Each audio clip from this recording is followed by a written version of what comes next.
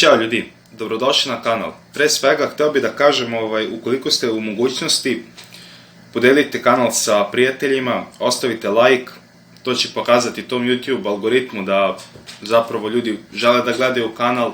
Također ostavite komentar ako ste u mogućnosti, to će pokazati drugim članovima koji isto gledaju video da ima aktivnosti, da ste zainteresovani, da stvarno mislite o tome što pričamo.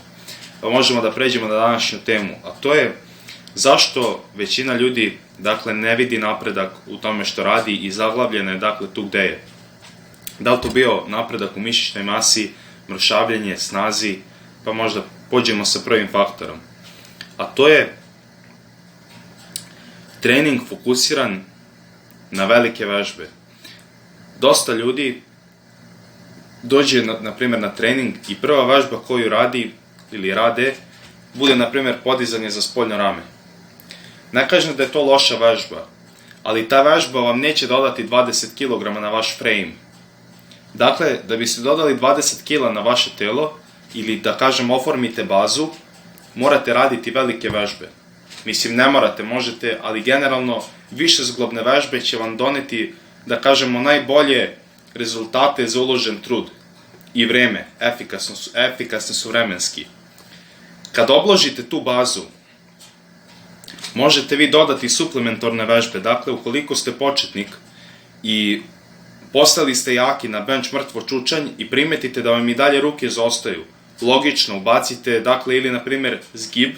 Ako vam i to ne pomogne, ubacite direktan rad za biceps, za triceps, za podlakticu, to je logično. Ali nek vam 80% treninga bude pokriveno velikim vežbama i 20% nek bude namenjeno za te suplementorne regije koje zaostaju.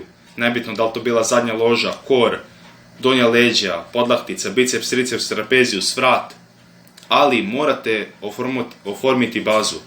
I nemojte kao početnik, vi pogledate moj kanal ili od nekog bildera tu i kao wow, radiš rek pullove, hoću ja rek pullove. Ne, ja nisam rekao da su rek pullovi za početnike. Ja radim rek pullove, ali više nisam početnik, ja imam pravo da ih radim. Ja isto kad sam bio početnik imao sam želju da radim rek pullove i nisam ih radio, nego sam radio mrtvo da oformim bazu. Kad oformite bazu i pređete novi s fazu, to se rimuje. Onda možete da ubacite neke zanimljive varijacije i ostalo. Sad nema potrebe. Ukoliko ste intermediate, nađite intermediate program koji će isto dovesti do progresije s fokusom na velike vežbe i sa nekom vrstom periodizacije i suplementornim vežbama koji će pogoditi vaše slabe tačke. Druga stvar, ljudi se ne fokusiraju na progresivni overload, ne napreduju iz treninga u trening. Idu, nemaju plan nikakav i kao što kaže poslovica, ako ne planirate da uspete, planirate da ne uspete, automatski. Znači, ako vi odete tamo, sem ako ste napredni, neko ko je jako napredan može da ode i već otprilike zna šta treba da radi. Ukoliko niste napredni, ne možete samo da odete tamo i da očekujete, i sav trening ima da se odradi samo od sebe, tako od ruke ima da prođe, bez ikakvog plana i organizacije. Mora da ima, napredak u nekom obliku iz nedelje u nedelju. Da li to bilo dodavanjem jednog ponavljanja? Da li to bilo samo poboljšavanjem vaše forme? I to je vrsta napretka. Da li to bilo dodavanjem kilaže na vežbu? Da li to bilo rađenje teže varijacije na nekoj vežbi? Nije bitno, možete sve ovo implementisati, ali morate da napredujete u nekom obliku. Dakle, kad se gleda iz nedelje u nedelju, mora da srednja vrednost vašeg volumena ide generalno gore. To je druga tačka. Treća tačka je to što ljudi ne fokusiraju dovoljno pažnje na hranu. Dakle, ne možete vi na silu hraniti mišić da raste. Kao što je dr. Eric Helms rekao, hrana je dozvoljavajuća za rast, ali ne može na silu hraniti mišić. Dakle, vi trebate jesti dovoljno da dozvolite svom telu da se oporavi i da raste, ali ne morate jesti 1000 kalorija u suficitu, nema potrebe za tim. Odredite gde vam je održavanje. Ukoliko vam je cilj dodavanje mišićne mase, ukoliko ste početnik, jedite na održavanju, ukoliko ste intermediate, jedite u suficitu blagom, 200 do 500 max kalorija u suficitu. Ukoliko vam je cilj mršavljenje, isto važi, morate da isplanirate. Znači, isplanirajte, merit ću se svakog dana, izvući ću srednju vrednost, uzimat ću mere struka, pratit ću hranu koliko je to potrebno, ili ću menjati, dakle, krećete tek s definicijom. Promenite samo što manje faktora. Naprimjer, tek krećete, ne morate još uvijek da pratite hranu. Izbacite neke stvari koje onako, dovoljno da izbacite tih par stvari koje znate da generalno imaju puno kalorija, to će vam odmah doneti rezultate. Krenite možda malo više vode da pijete. Kad sve to stane, kad hormoni gladi udare, onda možete, na primjer, da počnete da pratite hranu, ubacite po neki kardio, opet progresivno ubacujete to. Ali morate da imate plan.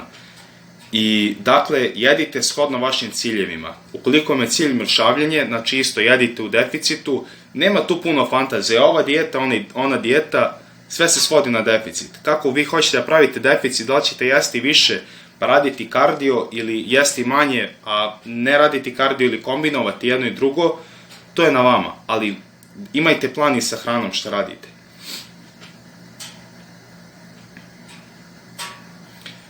To bi bili generalno neki od, da kažemo, najvećih, dakle, problema koji ljudi imaju i zašto ne napreduju. Ja vas generalno dalje ne bi davio. Sem toga još mogu istaći, dosta ljudi posvećuje pažnju samom treningu, ali nedovoljno pažnje posvećuje oporavku. Kako spavate? Da li konstantno dobijate, na primjer, 7-8 sati sna ili ste uvek 4-5 sati sna? To također popraviti. Te neki faktori, ti faktori će vam stvarno značiti u velikoj stazi puno. I također, hoću reći da sam trening nije toliko bitan. Sad ljudi, šta je ovo? Mislim na trening program. Je li ovaj trening program bolji od ovog? Trebate naći trening program, čak i ako je možda malo manje optimalan. Trening program koji vi volite i koji će vas terati i dati vam motivaciju da idete vi konstantno u teretanu. Ja znam da možda postoji bolji program od mog, u smislu optimalniji, ali ja moj volim i moj će me naterati da ja idem na trening. Džabe ja da pratim program od Viktora ili Saše Lađića, na primjer, ako taj program mene ne čini srećem i neće mi dati tu vatru da ja odem na trening, da razvalim trening kao što meni moj program daje. Razumeli ste, dakle, poentu. Eto ljudi, to je to, pa se čujemo u narednom klipu. Pozdrav!